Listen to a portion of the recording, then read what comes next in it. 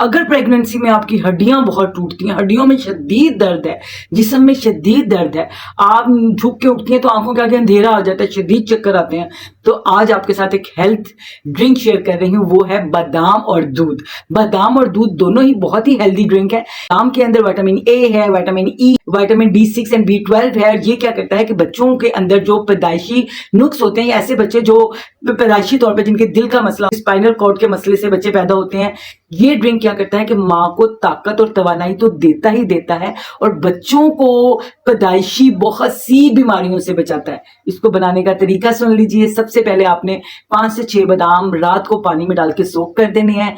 2 glass दूध के अंदर 4 खजूरें डाल के रात को सोक कर देनी है।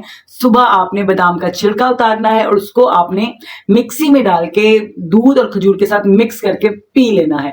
1 ग्लास सुबह, 1 ग्लास शाम। हाँ, जो डायबिटिक लोग हैं वो बिल्कुल भी खजूर को यूज नहीं करेंगे। अगर आपको खजूर का टेस्ट पसंद नहीं है तो आप शहद भी डाल सकते हैं, चीनी बिल्कुल नहीं डालनी। अपने 9 माह यूज करने के बाद आपका पैदा होने वाला बच्चा इंतहाई खूबसूरत बादाम की तरह चिट्टा सफेद, बीमारियों से पाक और माँ को भी ताकत और तवानाई रहेगी।